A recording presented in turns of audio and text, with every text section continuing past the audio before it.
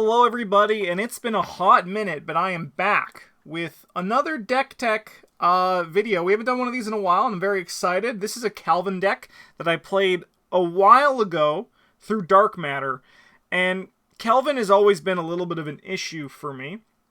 I'm going to get into as I get into kind of who Calvin is and what the deck is in a few. But Calvin's always been an issue, and I thought, hey, I'm going to try Calvin again, see if he works for me. And he did, and this is the Calvin deck that I played that I want to share with all of you today. This is, of course, just my interpretation of how I want to take this Calvin deck. You, of course, can modify it as you see fit for what better suits your playstyle. This Flex Calvin Wright deck uses both the Blessed Survivor and the Tested Zero archetypes to pass tests and progress the game. And it leans more towards clue getting over combat as a flex, but it does have the capability to push out damage when it is needed. And I think that with another flex, especially one that leans more towards fighting, this is a very competent two-player Calvin deck, if you are interested in such a thing, because I played it in two-player with Diana Stanley. So two late-game investigators that scaled pretty well with what was thrown at them. And I think a big thing with this is just that this Calvin approach was very different than my previous Calvin approaches that I tried and ultimately failed with. Looking at the expansions required, it is getting more and more convenient to have to pick all these out, so you don't need to pick up specific as many Mythos packs anymore. There is a bunch from the Innsmouth Conspiracy, of course, that comes from the Blessed and Cursed, but hopefully that's going to be repackaged sometime. It should be summer next year if we follow the trend of how things are going, which would be nice. But as you can see, there actually is a lot of the investigator boxes that are actually needed for this, and this is just going to become easier and easier as it goes, in theory. Alright, so this is everything that's needed. Let's look at the level 0 deck just very quickly. I just kind of put this here because it is a place for the deck to start. While this wasn't exactly my start, because my level 0 version of this deck was deleted because I do not keep my decks on ARKHAM. However, you can find them down in the description. Links to this deck, its level 0 and its XP version. Notably, this is played with Taboo. There is the Signum Crucis here, which is a great card in Calvin and even better playing with the Taboo. So this is with the August 2022 Taboo list, I believe was the last update. So as you can see, zoop, a lot of cards here, but let's look at the experienced version to kind of just see where this deck is going to be going, and I'm going to talk about my friend Calvin. So Calvin was an issue for me. My first time I played him, I tried the tricks of trying to avoid my signature weakness, which was is Voice of the Messenger. You must either take 1 direct damage and suffer 1 physical trauma, or take 1 direct horror and suffer 1 mental trauma. So I use things like Short Supply, I use things like Yodel to try to gain Voice of the Messenger, but what it ultimately ended up doing was cycling through my deck quicker, so there were actually some scenarios where I drew Voice of the Messenger twice, which is not a good time. The big thing that I find about Calvin, as you can see from his ability card, is you get +1 to your stats for damage and horror on you. You started zeros from the start. The problem with this is that a lot of people think that Calvin is best when you just accrue trauma. And I don't necessarily think that is true. With my idea for this deck is that I tried to look at Calvin and I thought, what if we just played him like a normal survivor? Especially with the new Tested Zero stuff, Calvin is kind of built to just be a survivor and use survivor cards now. He's still, of course, as you can see in this deck, we do have Jessica Hyde and Peter Sylvester here to keep us alive in the traditional Calvin way. But it's not the only thing we're doing. It's just to give us security to, be able to push our stats to the limit without needing to worry about dying, right? Which is like still the Calvin gameplay loop, but our hope is to not play at 5 and 5. I actually played quite commonly at 4 and 4, so 4 damage, 4 horror on me. I love the sun changing. That completely just continues to change my grade for my camera, so just bear with me on that. But I played commonly at 4 and 4 for this one. I actually very rarely went to 5 and 5. 4 and 4 are still pretty good skills, especially when you get the boost from our good friend Peter, our good friend Jessica. But what it also does is it allows us to use, like, because we're not using our book stat to pass tests traditionally, we're looking at gaming the system and using Old Keyring, using Look What I Found, using Shedalite, using Gumption to be able to steal clues. And that's also what's really beneficial, is that this allows Calvin to pass tests even when he doesn't have to take damage. So, like, say you only have, like, 2 horror on you. You're still going to be able to get clues because our whole goal is testing at 0, and that's also where the blessed archetype comes in with the Ancient Covenant to let us just like throw ourselves into tests and potentially pass them that we otherwise shouldn't be passing. I actually only got, I think, like 4 trauma throughout my entire campaign here with Calvin when I played this one. And it was the most comfortable I ever felt playing Calvin, so that's why I'm excited to share this deck with you. Going from level 0 to the XP version, these are the changes that I would just recommend. The 2 Unexpected Courages into 2 Gumptions, because they're basically the same card, but not really. The Perseverances become Spirit of Humanities because they fill a similar hole in the deck, which is making sure we don't die, but the Spirit of Humanities are just better because we have synergy with it that goes further. Winging It turns into the Sweeping Kicks because it's just we're a flex deck, we want to transition. Winging It's are going to go down in price or down in stock. Sweeping Kick's going to go up in stock as the campaign goes. And then we have 2 Bandages become the 2 Jessica Hides because once again they fill a similar niche, which is just like soaking damage for us on the front. So the first thing I would buy, so this upgrade orders are tough. We normally don't do upgrade orders in these videos because they don't really, it like doesn't really matter in the grand scheme of things because it really comes to your own personal preference. But I'd look at getting Ancient Covenant first. That would be my first 2 XP. The reason for that is that it unlocks all of our blessed cards to be able to just, like, you know, pass tests. Like our Signum Crucis now just gives us an Unexpected Courage like that we can use to pass a test in the future, which is very comfortable. Then I would then probably go the Jessica Hides and the Pete Sylvesters, which that you're also going to want a Charisma. Alternatively, you could also get Spirit of Humanity first, which do a similar sort of survivability that Jessica and Peter do. But then you can look at all the other pieces to get more burst potential, the Old Keyring, Sweeping Kick, Gumption. But, like, still we're Calvin, so survival still should be our number 1 goal. But Ancient Covenant, I do think, if you're playing a Blessed or Cursed deck, your like best 2 XP to start with is probably your Covenant. If they're just really good at making sure your deck actually, like, you know, does what it needs to do, and you can benefit from all your cards that you want to benefit from. Okay, let's look at some individual cards as we talk through this. So, here is our Tested Zero Archetype package, which is an incredibly powerful package. It is, like, bonkers. I've played Shedalite in probably 5 different decks that can play it right now, and it always performs exceptionally well. You pair that with Old Keyring, it's really good. You pair that with Gumption, it's also just really damn good. So Shedalite, hell of a drug.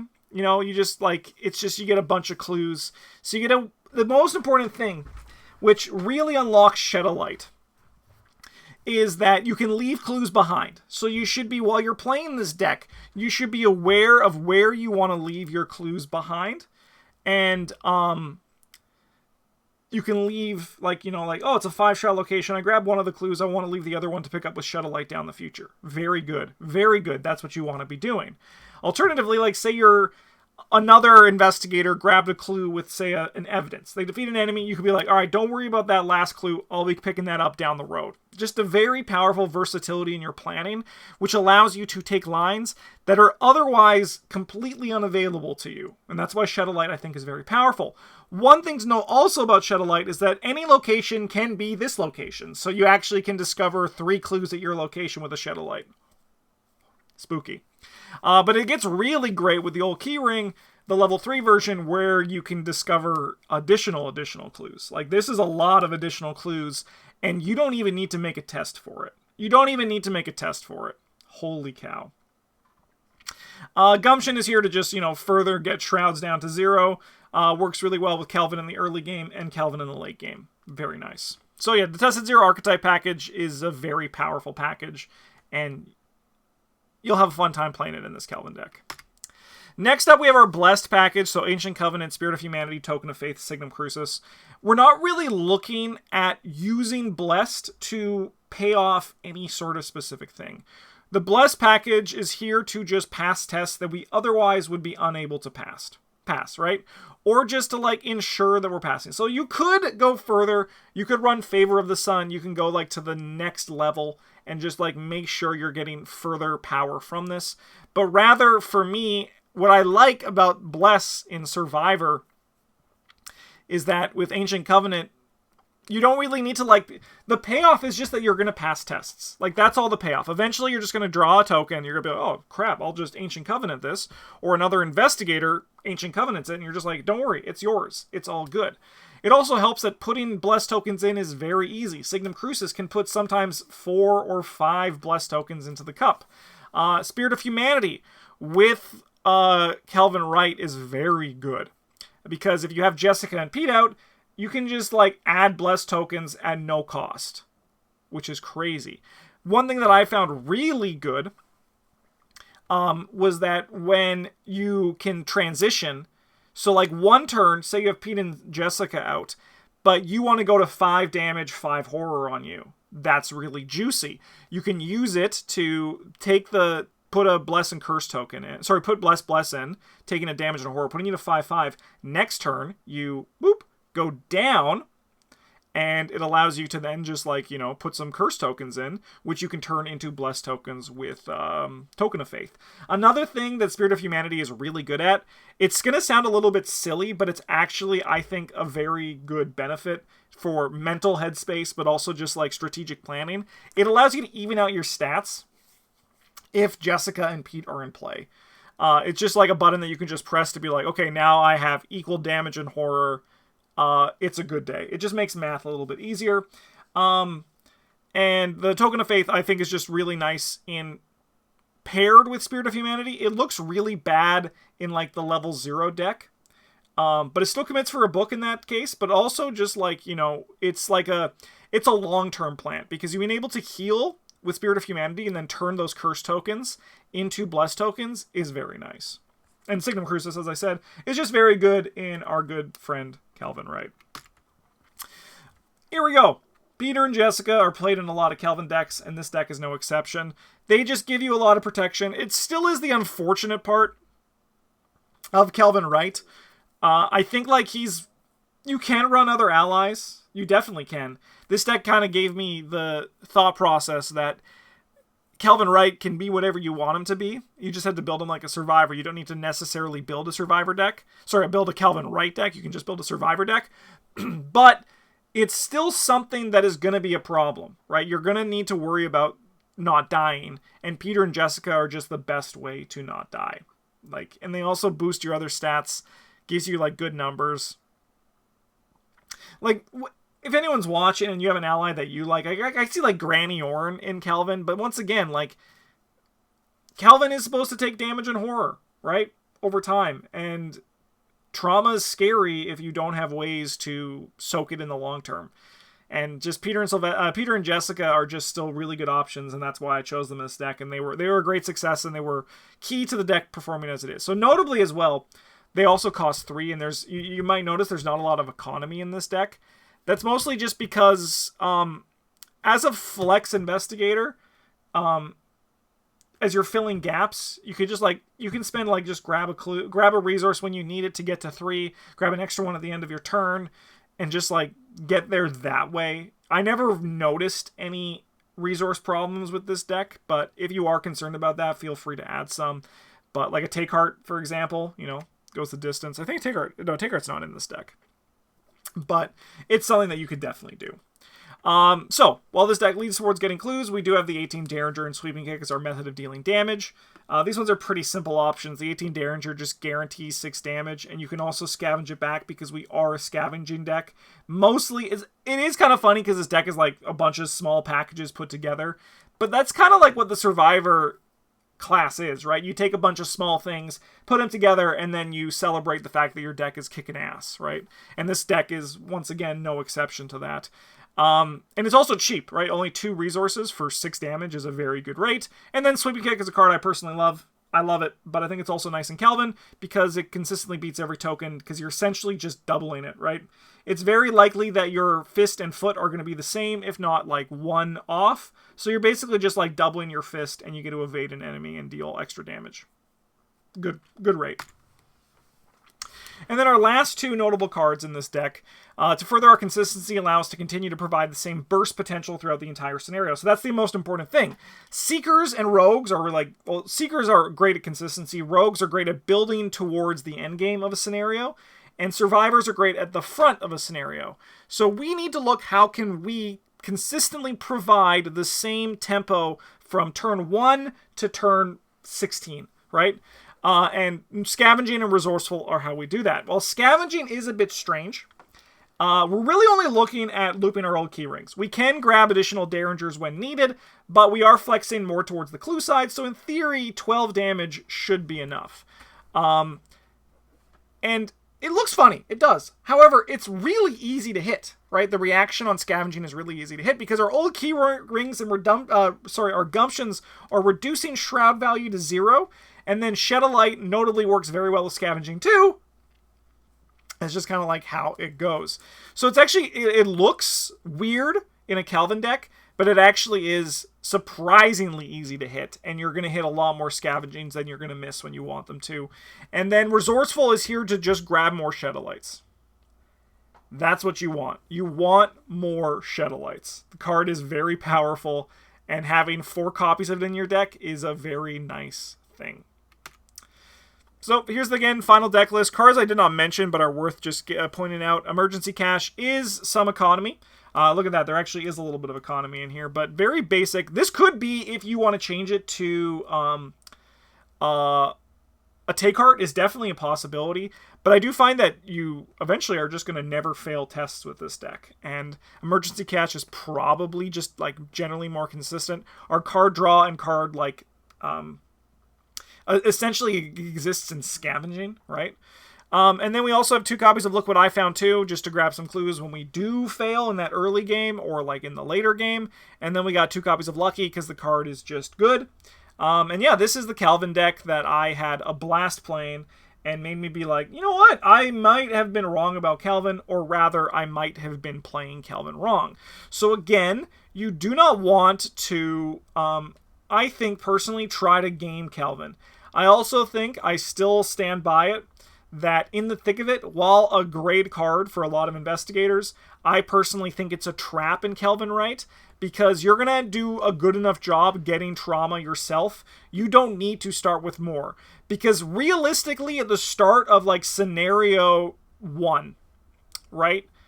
The difference between 1s in all your stats and 0 in all your stats are pretty minor.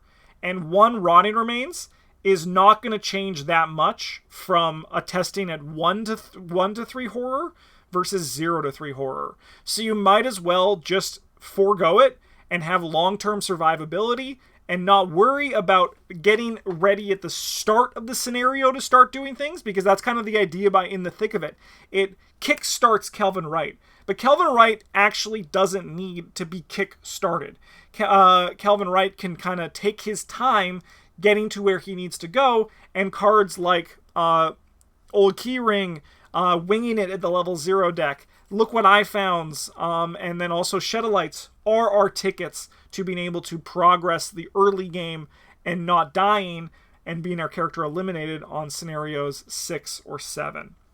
And that's where I personally feel as though Calvin just clicked for me and started making sense. And I hope you maybe are interested in trying this deck out and modifying it in a way that works for you. If you want to support us on Patreon, you can do so by going down into the link. We have deck lists up there that are posted, 2 deck lists a month. So if you do like the idea of seeing decks and deck ideas, make sure to join us at the lowest tier at $3. Otherwise, you get some special videos at the $10 tier. Thank you so much for watching. Have a good one. And as always, a GG's.